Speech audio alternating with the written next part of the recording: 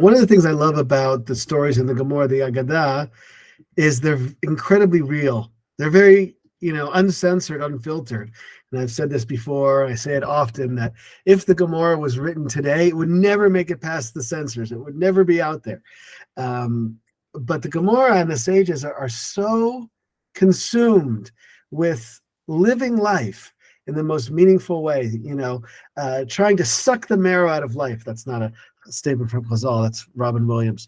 But that's really what they were trying to do, to understand the etzem of life, right? Etzem is like the essence of life, but it also is the atzamot, the bones. And that's really what the sages are looking to understand. And they reveal things about themselves that are quite personal and allow us to be able to learn from their mistakes, their thoughts, their interactions. And it's very, very rich.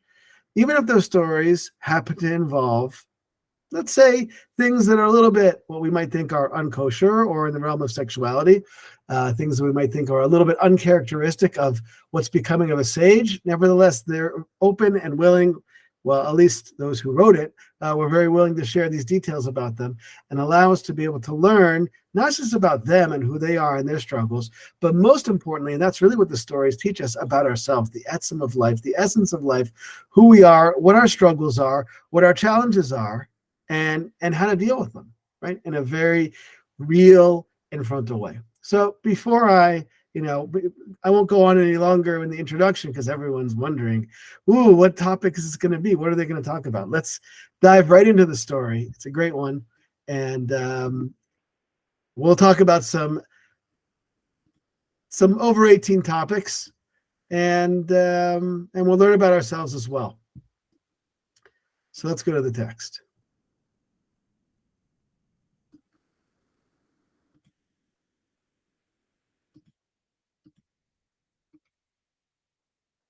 Okay, so I titled this Radical Self-Acceptance.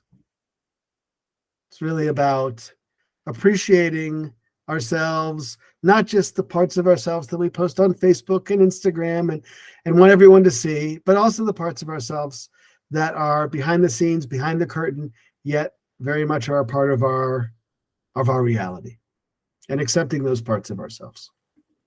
Maybe even more than accepting them, but you're using them and learning how to utilize them. Okay, let's go into the text. This is Gemara in Sukkah, Masechet Sukkah, and I'll read it right in the English. It says, Abaye once heard a certain man say to a certain woman, "Let us rise early and go on the road." Now, Abaye was a Amora, a late Amora. He's actually buried next to his Charuta up north, not so far from Sfat. My boys and I went and visited Rav and Abaya. They're very famous. They're very famous Chavruta, and they're actually buried right next to each other, which is, I thought, very cool. Even though they argued all the time, so they're still together, so to speak, even in the next world, buried together. So Abaye once heard a certain man say to a certain woman, "Let us rise early and go on the road." So Abaye, picking up on this, right? He understood what they had in mind. So upon hearing this, Abaye said to himself, "I will go and accompany them and prevent them from violating the prohibition that they certainly intend to violate." Right? He says, "I was a young whippersnapper once. I know what these young kids are up to. I know what they have in mind. So I'll go there and I'll be the chaperone to make sure no hanky-panky happens." He went after them for a distance of 3 parsecs in a march among the reeds, when they walked on the road, and they did not engage in any wrongful activity. So he's standing back just enough so they don't see what's going on. And he's making sure there's nothing inappropriate. And surprisingly, they didn't do anything wrong. A young man and a young woman in friendship walking along together. When they were taking leave of each other, he heard that they were saying, "We traveled a long distance together, and the company was pleasant company." So they said to each other, "That was really nice. I just enjoyed walking with you," and the total plutonic nature of the relationship. The whole walk was very enjoyable. As everybody who travels knows, you go on a trip with a friend, and it always makes it better. And so that's what they said. Now, what was Abaye's response to this? Because he was very concerned. He was convinced there was going to be something inappropriate that happened. So Abaye said, In that situation, now this is very honest. Abaya said, in that situation, if instead of that man it had to be the one whom I hate, the euphemism for himself, we'll talk more about that. Why he says the one whom I hate. Does he hate himself? Does he need therapy? Why does he say he hates himself? But basically, Abaya says, if it was me, right, I wouldn't have been able to restrain myself from sinning. I would not have been able to hold myself back. After becoming aware of such a great shortcoming, right, he realized this. He went and leaned against the doorpost, thinking and feeling regret. So he wasn't in a bad state before, but now emotionally he's really down because he sees this young couple walking together. They are able to stand up to temptation, to human nature, and he knows that he wouldn't have been able to. A certain elder came and taught him, anyone who is greater than another, his evil inclination is greater than his.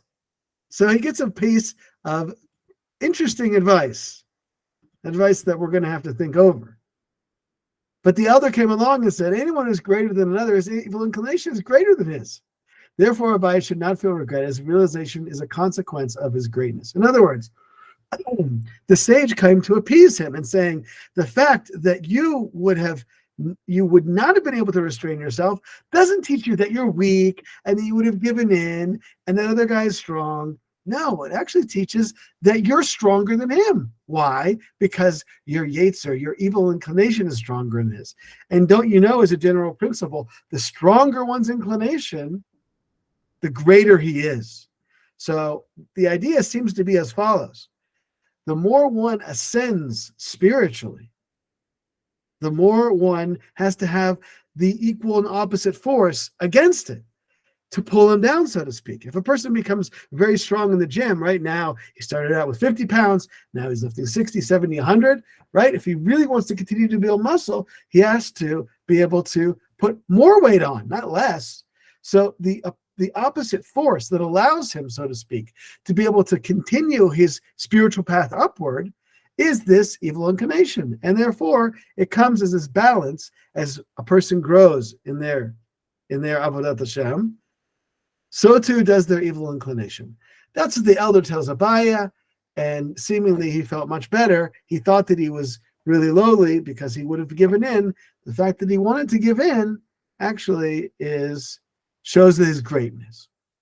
Okay, that's the piece in the Gemara. Certainly a lot of different pieces to take apart there, but the ones that I want to focus on are, first of all, Abaya says, he calls himself, instead of that man, it had been one whom I hate, right? Why does he say it's this one whom I hate? Does he hate himself? Does he need a therapist? What's that about? And also, really what we want to focus on is this understanding of how can it be that the stronger the person, the greater the yetzer, the greater the desire. Does a person who has a very, very strong yetzer really illustrate his greatness? You know, God forbid we see someone who does something really inappropriate, right? Sexually inappropriate. Does that mean that person's a great person because they have such a strong yetzer? They have a strong desire? This person was a pedophile or a rapist, God forbid, or any of these type of things. That illustrates their greatness because they had a strong sexual desire. So that needs to be understood more. So with that in mind, let's look at a few of the commentators, see how they put the pieces together here. So the first piece we're going to look at is a piece from Rabbi Nachman's The Kutei Mehoran, his magnum opus, his collection of teachings. And Rabbi Nachman says as follows. No, the reason for this is that when he originally had a thought of returning to God, on account of the good that was awakened in him, the action he took at that moment killed his evil inclination. His former evil inclination was eliminated. He killed it through the thought of repentance and the act in that moment. But afterwards, when he wants to travel to the Tzaddik, a different evil inclination rises up against him. This is because anyone who is greater than his fellow man, his evil inclination is also greater.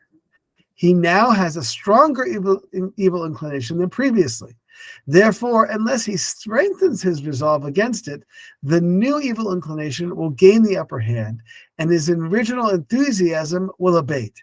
He needs to fight anew, even harder, against this new evil inclination that he encountered. So, because of the fact that he killed it initially, so to speak, he thought the road ahead of him was simple.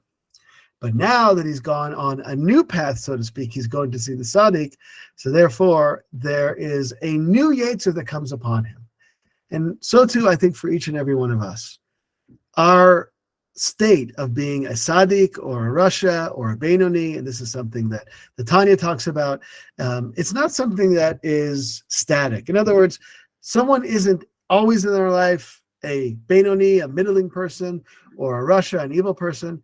We can go through our day and we can do something bad and then do something good. And, we can change statuses throughout the day. The evil inclination is constantly trying to fight against us. So even when we get a victory, nevertheless, we still have to step back and we still have to appreciate, okay, that was one victory. But the fight is not over. The fight is constant. This is built in to the nature of the human experience, that with every new path that I come upon, there's always going to be a new Yetzer, a new battle to fight. And so I must be aware of that, and I must be on guard, so to speak, at all times. Now, that doesn't mean I can't have spiritual victories. I do. I can overcome whatever spiritual challenge, emotional challenge, challenge in midot and character that I'm faced in front of me right now, but I might have the same challenge tomorrow. So if I fall to that challenge tomorrow, it doesn't mean I wasn't successful yesterday, right? Both of those things exist at the same time. We have to be able to hold both of those together. The fact that I won against my Yetzer yesterday, but today I lost. Tomorrow I live to fight again. It's a constant spiritual battle that's going on inside of our psyche. Okay, and because of that, and I think Rabbi Nachman's piece gives a good insight into why Abaye calls himself the one that I hate, right? He's not saying I hate myself, right? I'm going to, jump off the side of a cliff, God forbid, and, I can't take it anymore. The story's over. Abaye says that when I hate, he's talking about the part of himself, which is the Yetzer, which is this part that we can never fully kill, right? We can never fully disengage this part of ourselves that is longing and desiring for things that it shouldn't be wanting. We'll see more as we move on in the sources that we actually never would want to remove ourselves from them, right? Would be kind of neutering ourselves, and that would cause other problems. It's something that never goes away. Nevertheless, right, it's something that he doesn't like about himself. He loathes about himself. He's fighting constantly. This is the enemy within that Abaye is constantly fighting, and therefore it's the part of himself I'm offering that he hates, but not necessarily that he hates himself and he thinks he's worthless and all of those type of things. Okay, so that's Rabbi Nachman offering us insight, number one, into the story, how a new desire comes up against Abaye, and therefore he must fight against it.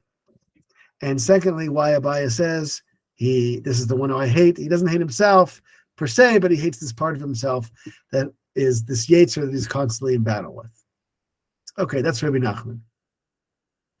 Here we move on to the Mei Shiloach, the Ishbitzer Rebbe. And this is a teaching from Proverbs that touches on our Gemara as well. Proverbs says, as Mishlei, it says, the desire of a man is his mercy, and a poor man is better than a liar. Interesting. The desire of a man of his mercy and a poor man is better than a liar. These two things don't necessarily seem to fit with one another. What's the connection between the two? How do they work together? That's what the Mei Shiloach is going to help us with. So the Mei Shiloach says as follows: the desire of man is the lust within his heart. And this is also a kindness of God. For whoever is greater than his fellow, so too is his inclination to evil greater, as we learned. If he enters the power of his lust and desire into Kedusha, into holiness, then his greatness will increase all the more. So therefore, a poor man is better than a liar, because if he brings out his lust into action in a strange place, he is then called a liar, for he is lying with his potential. Then the poor man, who was not created with such powerful lusts, is better than him, since he does not materialize it according to his needs. This is a fantastic Meshilach. He says as follows: there is something inside of us that is really the engine that pushes us forward. That motor inside of us is called the Yetzer. Now, the Yetzer is a problem, right? If you imagine a motor without a steering wheel or any way to drive it in the right direction, right? That motor can cause serious damage, right? A car without a steering wheel and a big engine, oy vavoy, right? It's going to cause serious damage. So that's the Yetzer. It's this kind of unbridled power. And so what are we supposed to do? So we're supposed to take that power and we're supposed to plug it into Kedusha, plug it into holy things and the good things, the Torah and mitzvot, to helping other people and doing chesed, and wake up in the morning with that desire, but drive it in the right place. And if one is doing that, that is very, very strong, and that person can achieve great things. However, if he isn't using it towards that, and he's just kind of bumbling along with his Kedusha, with his Torah and mitzvot, but he has all these powers, so then he's considered like a liar. Why is he considered a liar? Because he has this mighty engine inside of him, but he's not utilizing it towards the things that he's supposed to. But what about the poor man? The poor man, says the Meshilach, is not a physically poor man. Doesn't have a strong Yetzer. He's a guy who's, kind of like cream of wheat. He's just neither here nor there. He doesn't have a strong motor inside of him. He's not really going places, right? They call this today, I think, failure to launch. The 37-year-old is in his parents' basement and unable to get a job or do anything with their lives, right? Just kind of mediocre pudding. So that person is considered poor because they don't have that inner strength, that inner fortitude, that engine. So the goal is not to neuter ourselves, to take that engine away, to remove that Yetzer, but to plug it in to its right source. And that is a person, that's really the best way to use the desire, to elevate it. My wife did these parenting classes, and one of the terms that she learned that we like to use at home is a kid with what's called a strong motor. Exactly the same kind of metaphor that I've been using. So what she would always say to me is the strong motor goes farther. Just have to make sure that they're pointed in the right direction. So our kids who have strong motors, we want to just make sure, we don't want to kill the motor. Just want to make sure it's pointed in the right direction so they can do good things with it. And that's exactly what the Mei Shaloch is saying. If you have a strong motor, Baruch Hashem, make sure you use it in the right way. Make sure it's pointed in the right direction. If not, it's just going to be damaging. Okay. Let's see one more piece here. This is the student of the Mei Shaloch, Rav Tzadok Cohen, already reaching into the 20th century here, the very beginning of the 20th century. And he's going to give us he's going to lay it out for us very clearly, based in the similar direction that we've already been going. He says, one who intensely craves physical pleasures should not be disheartened and consider himself damaged. Right? Someone who loves not just sexuality as we've been talking about, but for sure, but someone who loves to eat can't control their eating, right? That's just, you put it in front of them and they're going to eat it, right? They have a bite of Ben & Jerry's, and next thing you know, the whole pint is gone. If they have another one in the freezer, that one's gone as well. Someone who's overindulgent in wine or liquor or anything in physicality. Someone who just, purchases too much. That person should not be disheartened and consider themselves damaged.